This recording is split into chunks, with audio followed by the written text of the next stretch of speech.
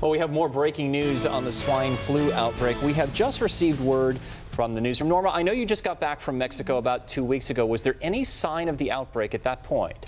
No sign of the outbreak at all, Brian. In fact, I arrived to Mexico City by air, and then I took a bus ride, about a 5-hour ride to southern Mexico. Things were very normal. In fact, we all know that 5 days ago, when the news of the first cases broke, all of that changed the face of Mexico City and thus the face of Mexico.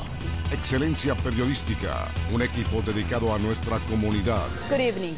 He was the first U.S. elected official to visit Cuba in 40 years since Fidel Castro took power. That was in 1999. 2 years later, Governor George Ryan returned to Cuba in an effort to build a bridge of goodwill and maybe an opportunity for business with the state of Illinois.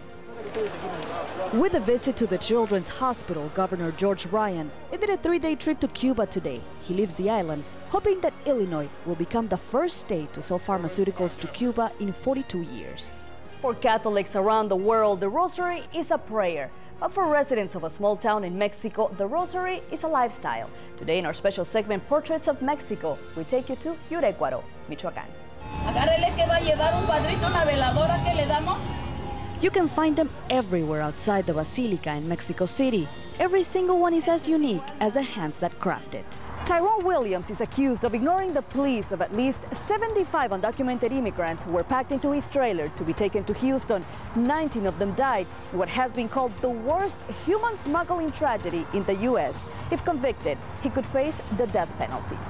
The new resolution will allow Mexicans in the U.S. to participate in the next presidential elections to be held in their country next year.